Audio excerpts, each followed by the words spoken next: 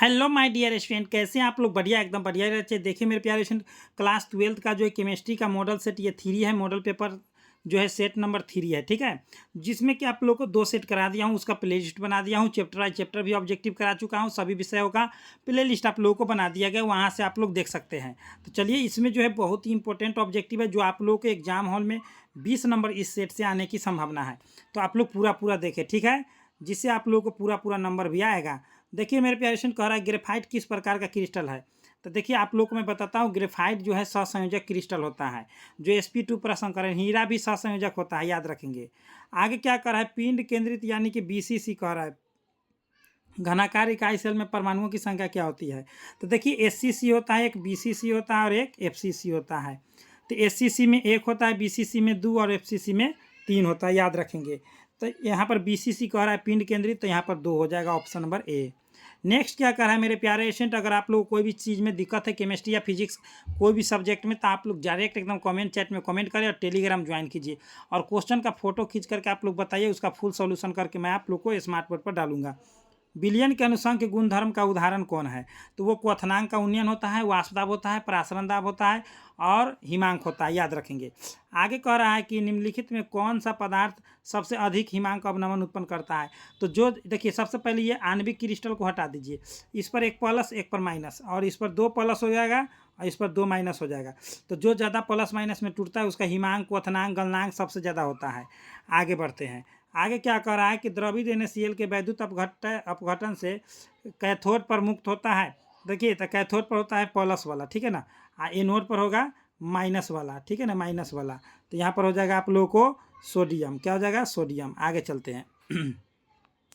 कह रहा है कि एक इलेक्ट्रोड का मानक ऑक्सीकरण विभव प्लस इतना है। तो मानक अपकरण विभव कौन हो जाएगा? तो वो माइनस वाला हो जाएगा, ठीक है मेरे डियर स्टूडेंट, क्या हो जाएगा? माइनस वाला। नेक्स्ट क्या कह रहा है मेरे प्यारे स्टूडेंट, कह रहा है कि चीनी के प्रतिलोम को ग्लूकोज एवं फ्रक्टोज बनाने की अभिक्रिया को निम्न प्रकार से दर्शाया गया है। तो यह कौन सी अभिक्रिया है? तो इसी को हम लोग कहते हैं छद्म प्रथम कोटि की अभिक्रिया, ठीक है ना। छद्म यहाँ पर प्रथम लिखा था, प्रथम कोटि की अभिक्रिया। चलिए आगे बढ़ते हैं मेरे प्यारे स्टूडेंट। गर्दा उड़ा देना है, ठीक है ना। मॉडल सेट 3 है, इससे एकदम 20 नंबर परफेक्ट एकदम आएगा। किसी अभिक्रिया का वेग दे दिया गया, इस प्रकार से व्यक्त है। कैसे है व्यक्त? इस प्रकार से है। तो देखिए, A के पावर 2 और B के पावर 1, तो 2 प्लस 1 अगर जोड़ेंगे तो 3 आ जाएगा। तो अभिक्रिया कोटि 3 हो जाएगा। कह रहा है कि अगला नंबर 9 नंबर में विद्युत क्षेत्र के प्रभाव से कुलवाइडी कणों का गमन करने का प्रभाव को क्या कहते हैं? तो उसको वैद्युत कण संचलन कहते हैं। क्योंकि कण जो है वैद्युत द्वारा हो रहा है ना, प्रवाहित विद्युत क्षेत्र द्वारा, है ना। तो इसीलिए वैद्युत कण संचलन कहेंगे। आगे कह रहा है मेरे डियर स्टूडेंट कि वह प्राकृतिक पदार्थ जिससे धातु का निष्कर्षण फायदेमंद होता है वह अयस्क कहलाता है। और अयस्क में अशुद्धि को क्या कहते हैं? गेंग कहते हैं, याद रखेंगे। साइनाइड विधि द्वारा सिल्वर का जो होता है क्या किया जाता है? धातु प्राप्त किया जाता है साइनाइड विधि से सिल्वर। स से साइनाइड, स से सिल्वर। आगे करें, निम्नलिखित में हाइड्रोजन बंध नहीं बनाता है कौन? तो वो है हाइड्रोक्लोरिक अम्ल। इसको याद रखना है। हाइड्रोक्लोरिक अम्ल एक ऐसा पदार्थ है जो हाइड्रोजन बंध नहीं बनाता है। आगे देखिए क्या करा, सल्फर S8 में सल्फर का ऑक्सीकरण संख्या क्या होता था? 0। क्योंकि सल्फर एक क्या है? तो परमाणु, परमाणु विद्युत उदासीन होता है। तो ऑप्शन नंबर डी हो जाएगा। निम्नलिखित यौगिकों में सबसे प्रबल अम्ल कौन सा है? तो सबसे प्रबल अम्ल कौन सा? देखिए, वर्ग 17 के तत्वों को हम लोग हाइड्रोजन कहते हैं, जिसमें होता है फ्लोरीन, क्लोरीन, ब्रोमीन और आयोडीन। वर्ग में ऊपर से नीचे आने पर अम्लीय गुण बढ़ता है। तो सबसे ज़्यादा अम्लीय कौन हो गया? आयोडीन। तो हो गया HI। चलिए आगे बढ़ते हैं। क्या कर रहा है आगे, गोताखोरी में श्वसन हेतु यंत्रों में किन गैसों का मिश्रण प्रयुक्त होता है? तो देखिए, गोताखोरी में हम लोग ना सबसे पहले नाइट्रोजन गैस और हीलियम गैस और एक हम लोग लेते हैं ऑक्सीजन गैस। अब ऑक्सीजन, ये 3 गैस मिलता है। नाइट्रोजन क्यों होता है? कि शरीर में दर्द ना हो। हीलियम क्यों होता है? कि किसी से अभिक्रिया ना हो। ऑक्सीजन क्यों होता है? क्योंकि हम लोग श्वास लेंगे। हीलियम, ऑक्सीजन और नाइट्रोजन, ऑप्शन नंबर हो जाएगा C। आगे करें कि संक्रमण तत्वों का स्थान आवर्त सारणी के अंतर्गत आता है। तो D ब्लॉक में। सामान्य तत्व कहेगा तो S एवं P हो जाएगा, और अंतः संक्रमण तत्व कहेगा तो F ब्लॉक हो जाएगा। ठीक, आगे चलते हैं। आगे क्या कर रहा है मेरे डियर स्टूडेंट, कहीं पर भी व्हाट इज प्रॉब्लम तो कमेंट बॉक्स में जरूर लिखिएगा। निम्नलिखित में कौन प्रथम संक्रमण श्रेणी के तत्वों का सदस्य नहीं है?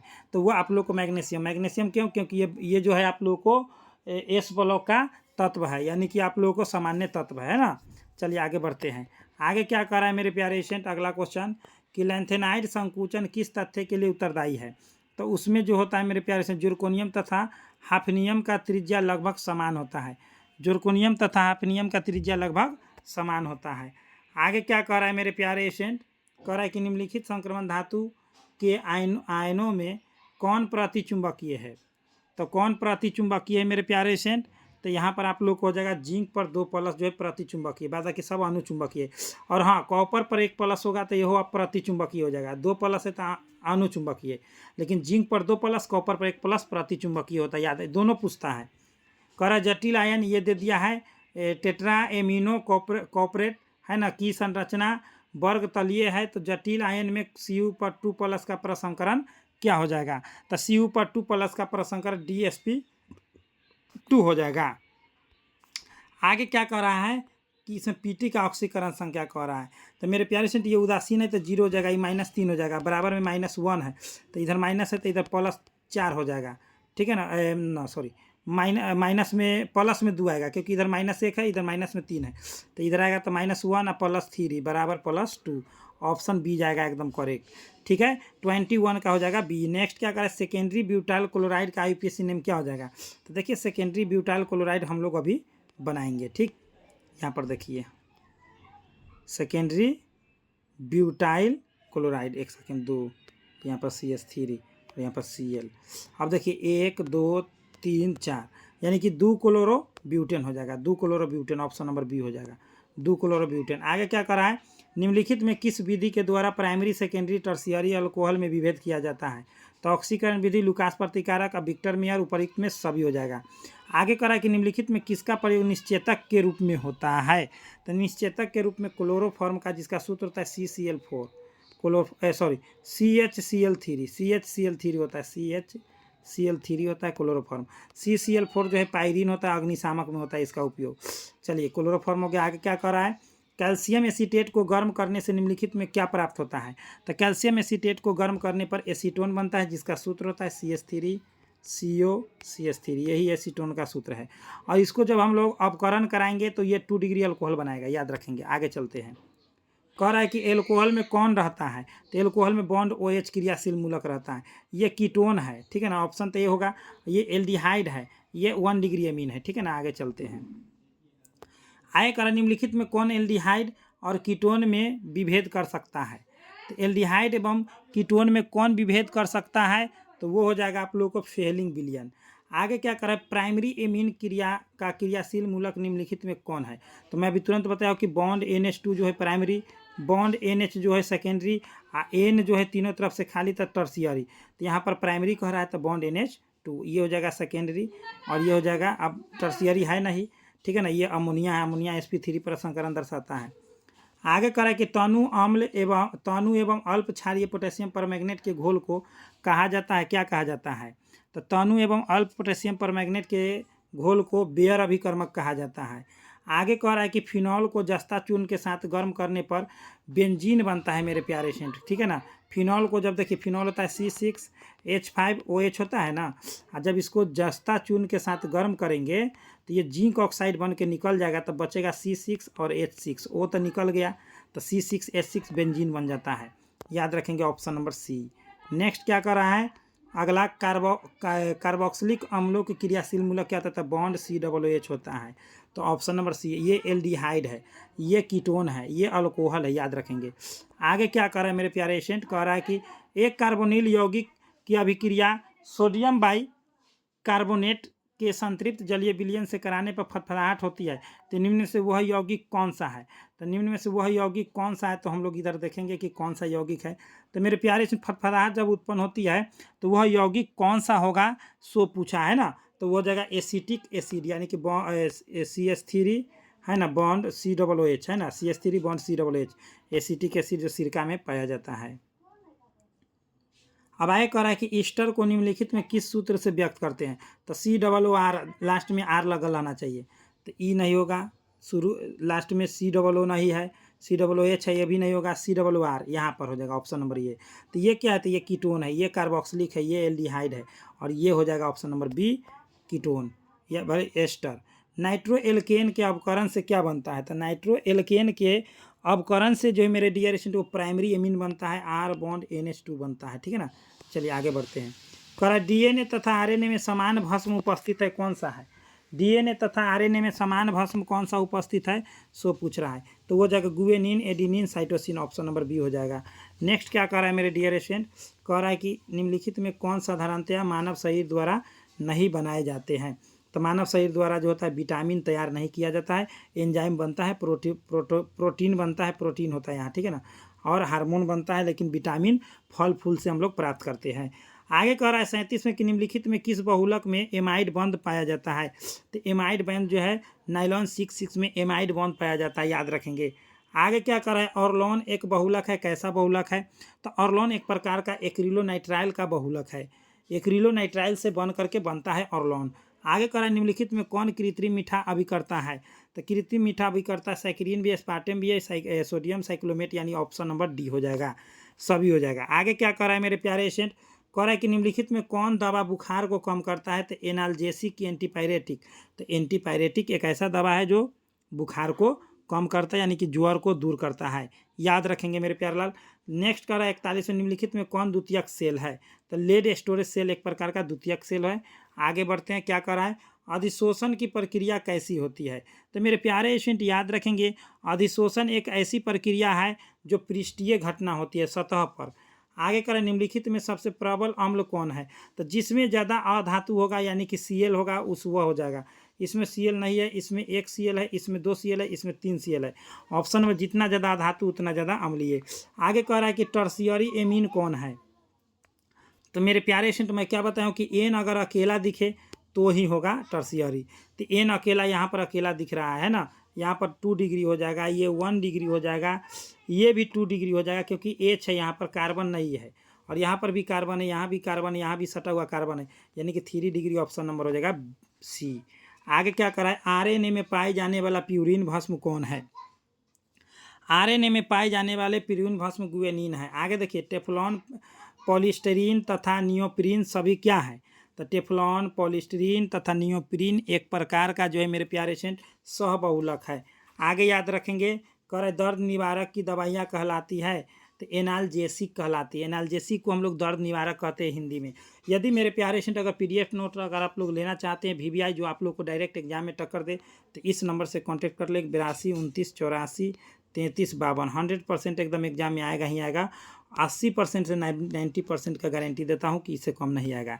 चलिए आगे बढ़ते हैं मेरे प्यारे स्टूडेंट। आप लोगों को कोई दिक्कत है तो आप लोग कमेंट चैट में जरूर कमेंट कीजिएगा। कोई भी क्वेश्चन नहीं बनता है, टेलीग्राम पर स्क्रीनशॉट लेकर के भेजिए। निम्न से किस में फ्रेंकल दोष पाया जाता है।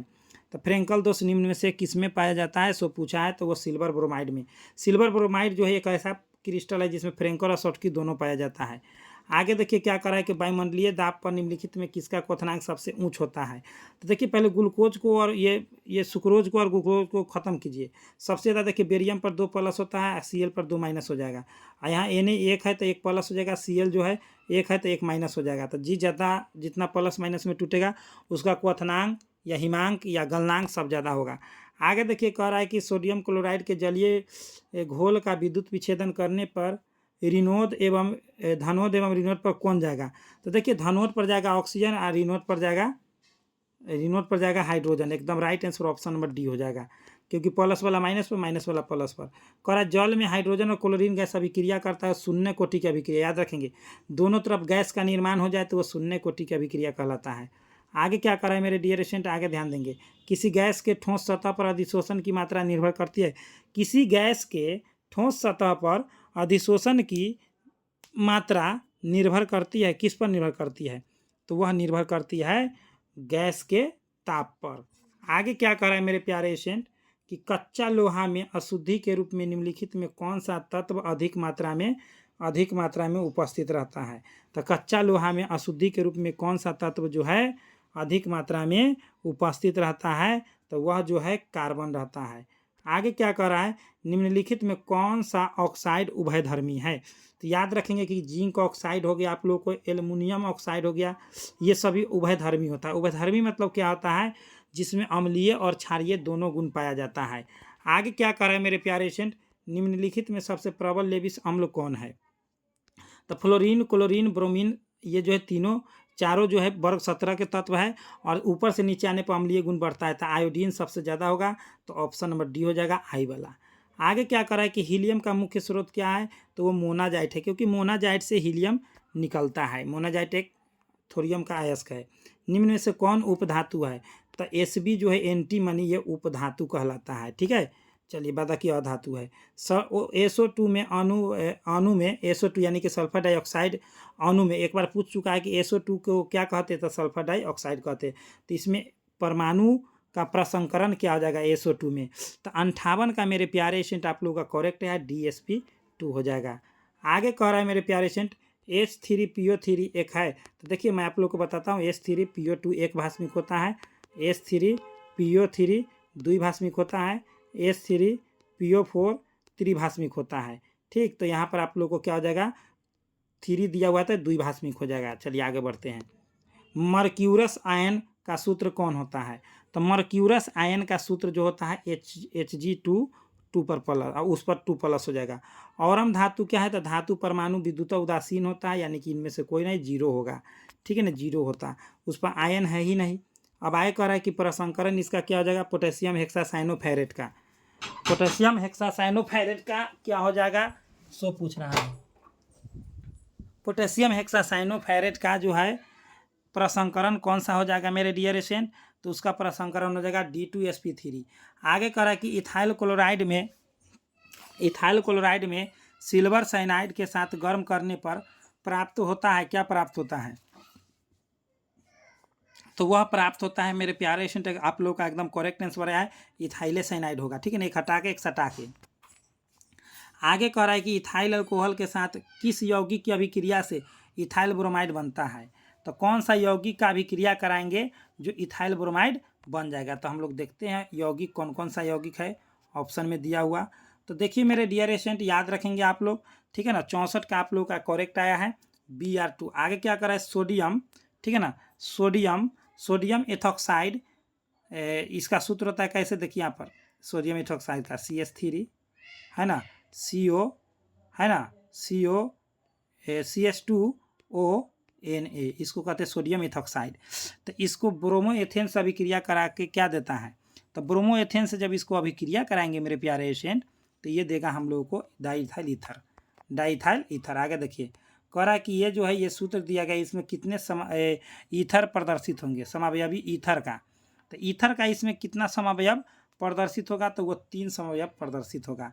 निम्नलिखित यौगिकों में किस पर इलेक्ट्रॉन स्नेही द्वारा तुरंत आक्रमण होगा, तो इलेक्ट्रॉन स्नेही द्वारा तुरंत आक्रमण होगा, तो वो होगा आप लोगों को फिनॉल पर, याद रखेंगे, फिनॉल पर होगा, याद रखेंगे। आगे क्या करा है, निम्नलिखित में किसका उपयोग फॉर्मेलिन के रूप में होता है, तो फॉर्मेलिन के रूप में किसका उपयोग होता है, तो फॉर्मेल्डिहाइड के। आगे क्या करा है, वह कार्बोक्सिलिक अम्ल जो टॉलेंस अभिकारक को अपकृत करता है, वह कौन सा अभिकारक है, तो वह है फॉर्मिक एसिड, याद रखेंगे। आगे कह रहा है मेरे प्यारे लाल, क्लोरल का सूत्र कौन सा है, बहुत इंपॉर्टेंट, तो वो हो जाएगा CCl3 CHO, क्लोरल का सूत्र ऑप्शन नंबर सी हो जाएगा।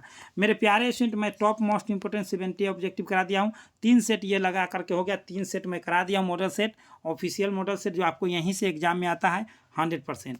तो चलिए मेरे प्यारे लाल, अगर आप लोग चाहते हैं VVI क्वेश्चन आंसर जो आप लोगों को हर सब्जेक्ट में 80 से 90% झुके ना, तो इस नंबर से कॉन्टैक्ट कर लीजिए, 82 29 84 33 52, इस नंबर से कॉन्टैक्ट करके PDF नोट्स अभी ऑफर में चल रहा है, बहुत ही कम बेस्ट हो जाएगा।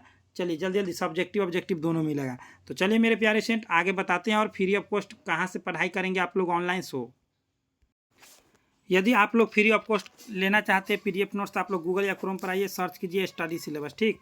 जैसे ही आप लोग गूगल या क्रोम पर सर्च करेंगे स्टडी सिलेबस ऐसा इंटरफेस आएगा, इसी पर क्लिक कर देना। इस पर क्लिक करने के बाद मेरे डियर स्टूडेंट ऊपर की ओर स्क्रॉल करना है, और यहाँ से देखेंगे तो ISC वाला 12th वाला सभी चीज़ों का दे दिया गया है। यहाँ से क्वेश्चन बैंक भी आप लोग 2025 तक डाला गया है, तो आप लोग देख सकते हैं। तो जल्दी आइए, यहाँ से सभी चीज़ें मिल जाएंगी आप लोगों को। हमेशा अपडेट रहने के लिए न्यू अपडेट में आकर के चेक करते रहिए, आप लोगों को बोर्ड एग्जाम का ही अपडेट दिया जाता है यहाँ से, ठीक है। जल्दी आइए। तो चलिए मेरे प्यारे स्टूडेंट, इतना पे बेस्ट ऑफ लक, मिलते हैं नेक्स्ट वीडियो में, इतना पर। जय हिंद, जय भारत।